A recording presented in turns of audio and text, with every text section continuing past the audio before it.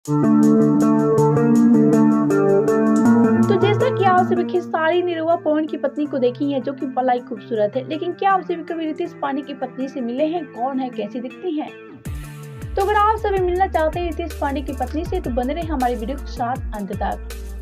Video में आगे बढ़े उससे पहले वीडियो को लाइक कर ले, चैनल को सब्सक्राइब कर ले। वीडियो देखने के बाद इसे शेयर जरूर करें।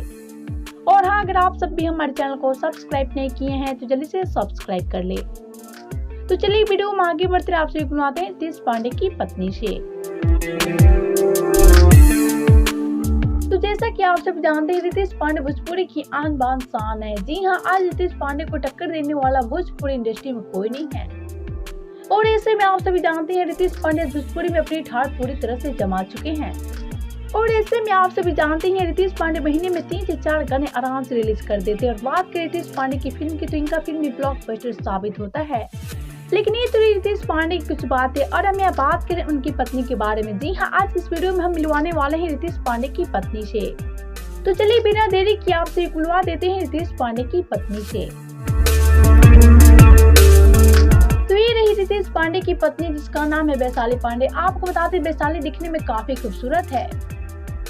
तो आपसे मिले रितेश पांडे की पत्नी से। तो आप सबको रितेश पांडे की पत्नी कैसी लगी, बताएं हमें नीचे कमेंट बॉक्स में।